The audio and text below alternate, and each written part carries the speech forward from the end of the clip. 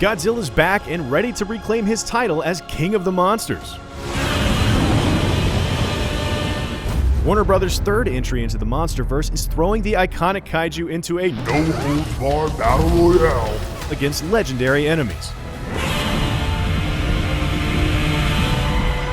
Mankind first witnessed Godzilla's rise from the ocean depths in 1954 with the release of Ishiro Honda's Gojira.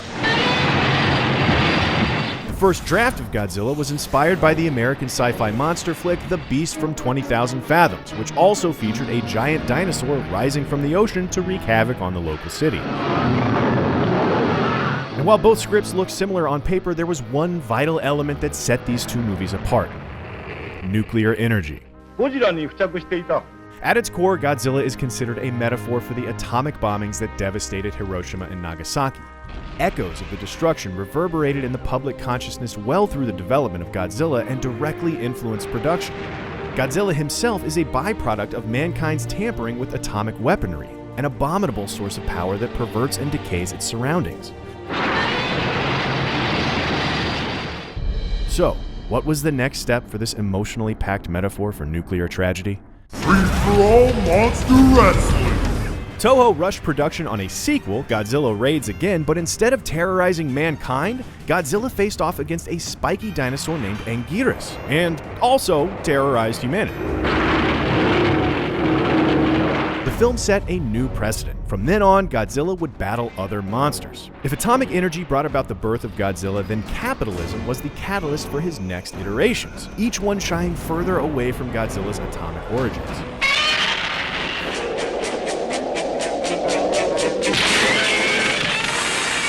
The Showa era of films that stretched through the mid-70s featured a light-hearted Godzilla that painted the giant dinosaur as humanity's defender against other kaiju, like Mothra, Ghidorah, Mechagodzilla, and more.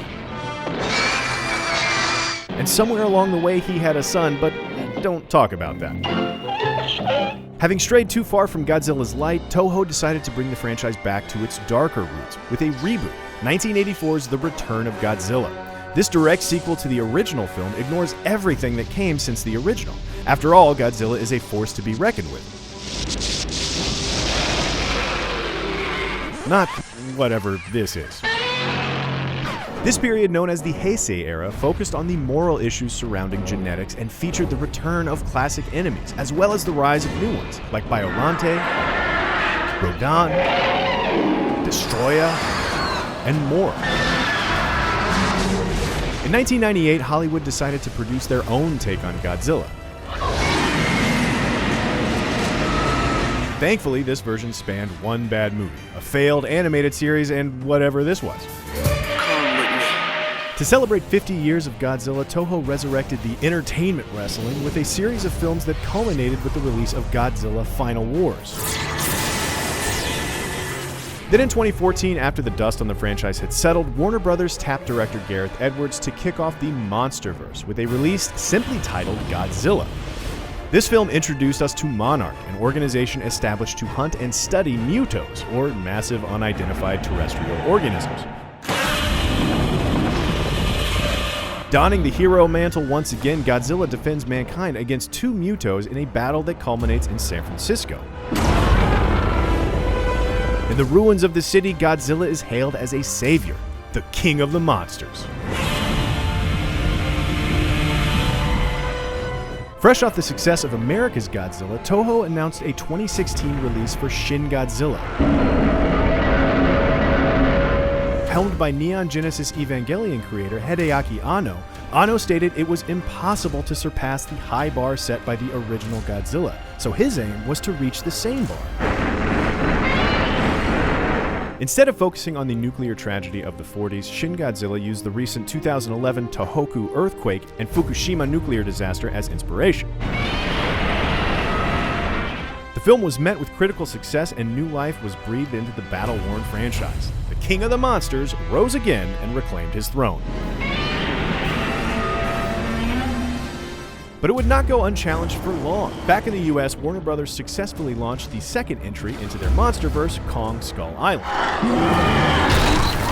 which which featured King Kong, Monarch, and a post-credits scene alluding to Godzilla's longtime rivals Rodan, Mothra, and Ghidorah. Kong is not the only king. Now, the stage is set, and the battle for the crown is about to begin. But no matter who wins, humanity will just have to sit it out and Let them fight.